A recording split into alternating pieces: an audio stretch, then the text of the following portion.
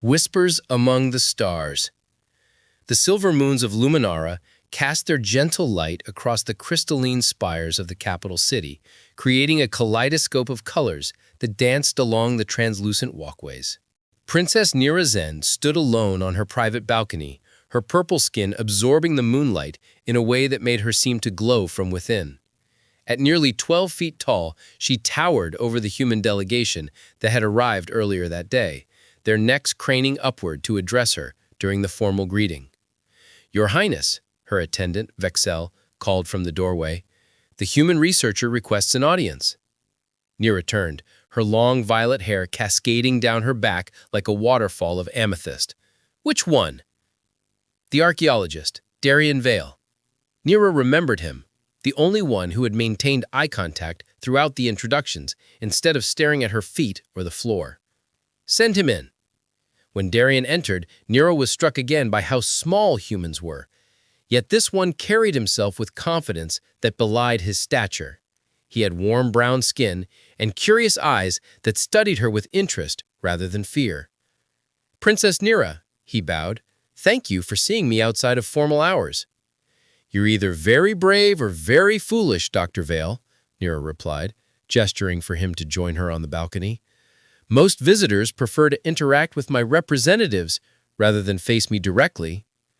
I didn't travel across 3 galaxies to speak with representatives. I came to learn about Luminaran culture from Luminarans. Even if that Luminaran is twice your size and could accidentally step on you. A test to see if he would flinch." He didn't. "I found that the most worthwhile connections often come with risks." For the first time in many rotations, Nira felt herself truly smile. "What would you like to know, Dr. Vale?" "Darien, please. And everything. But perhaps we could start with the ancient temple ruins I glimpsed upon arrival. The crystalline structures unlike anything in your modern architecture." They spoke for hours, Nira sitting cross-legged on the floor to reduce the height difference. Darien asked thoughtful questions about her world's history, never once mentioning her size or appearance, as most visitors inevitably did.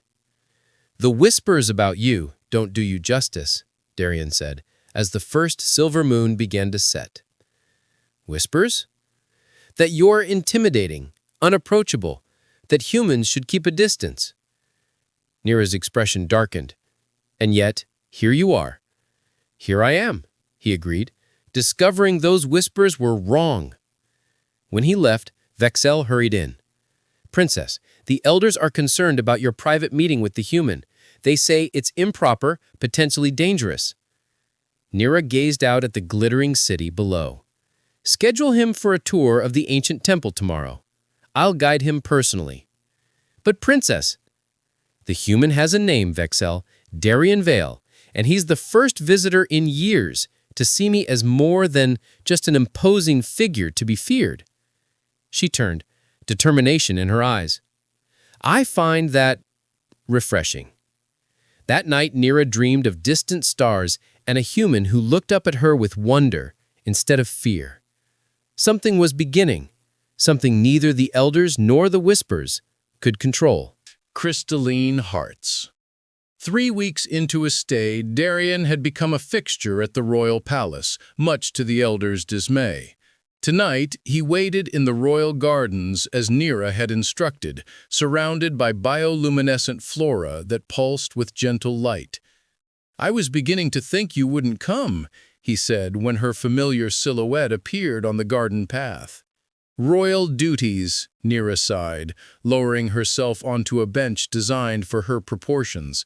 Even seated, she remained taller than Darien standing.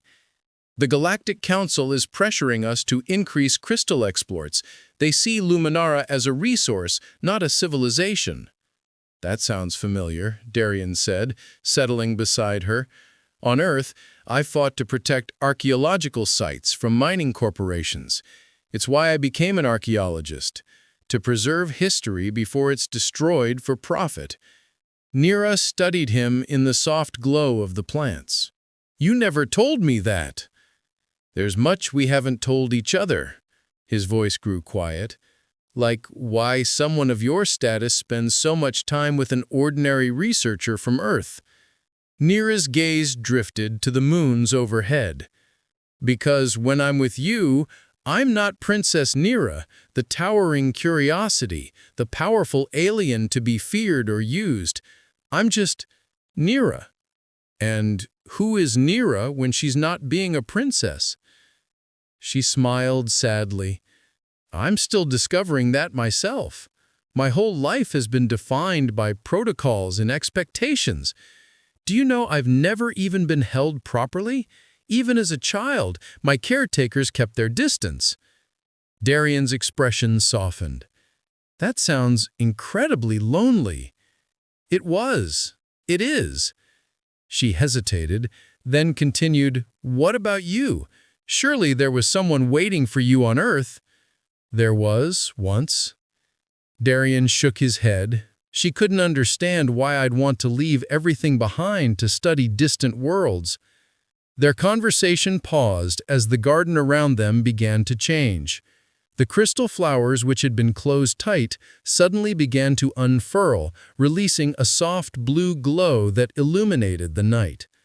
The midnight bloom, Neera whispered, awe in her voice. It happens once a year. I didn't realize it was tonight. As the flowers opened fully, they released tiny motes of light that floated upward like luminescent snowflakes. One landed on Darian's hand, casting his face in an ethereal glow as he looked up at Neera.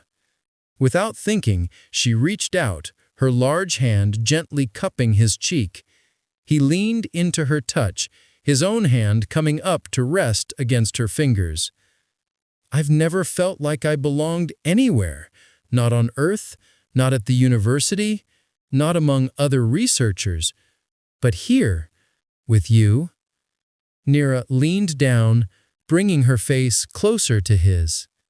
Is this madness? You're so fragile compared to me. I could hurt you without meaning to.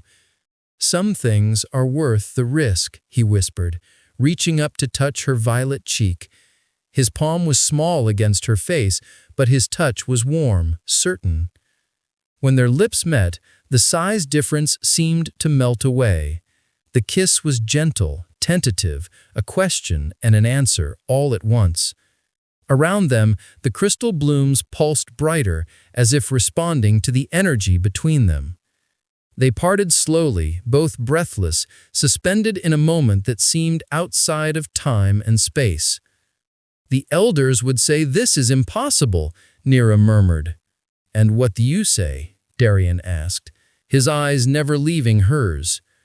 Her answer was to kiss him again, more deeply this time, her large hands cradling him as if he were made of the most precious crystal on Luminara. For the first time in her life, Neera felt neither too large nor too different.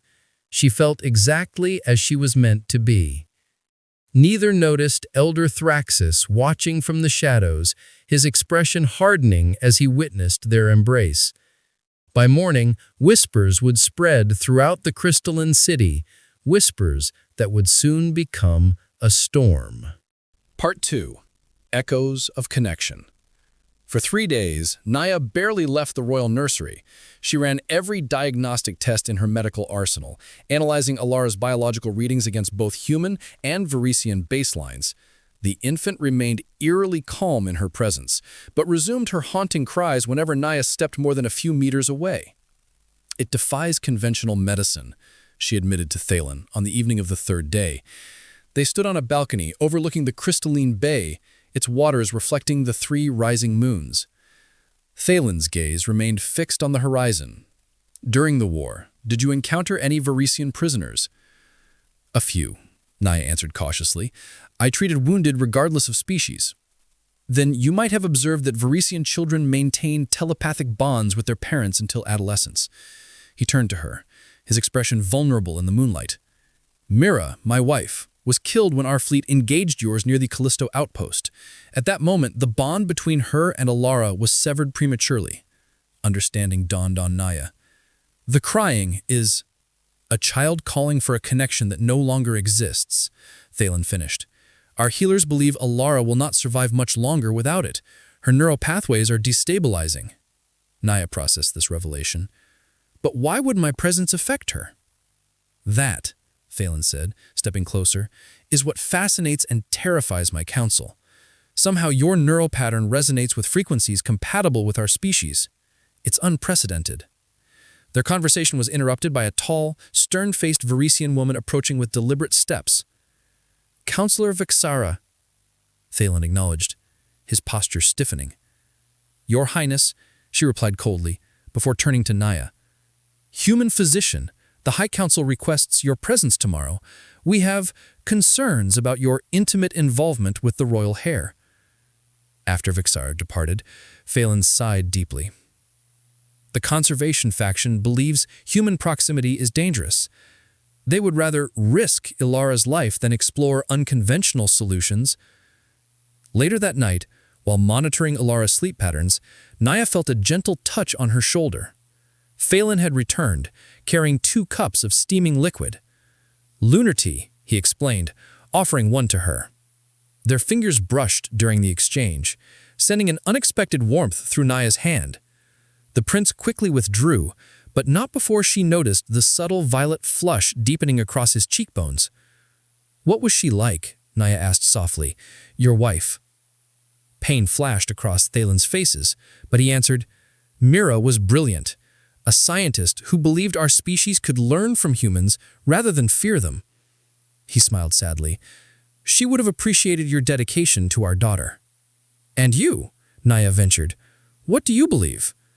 Phelan's eyes met hers. I believe the universe offers solutions in unexpected forms. Sometimes healing comes from the most unlikely sources. As if on cue, Alara stirred in sleep, a small whimper escaping her lips.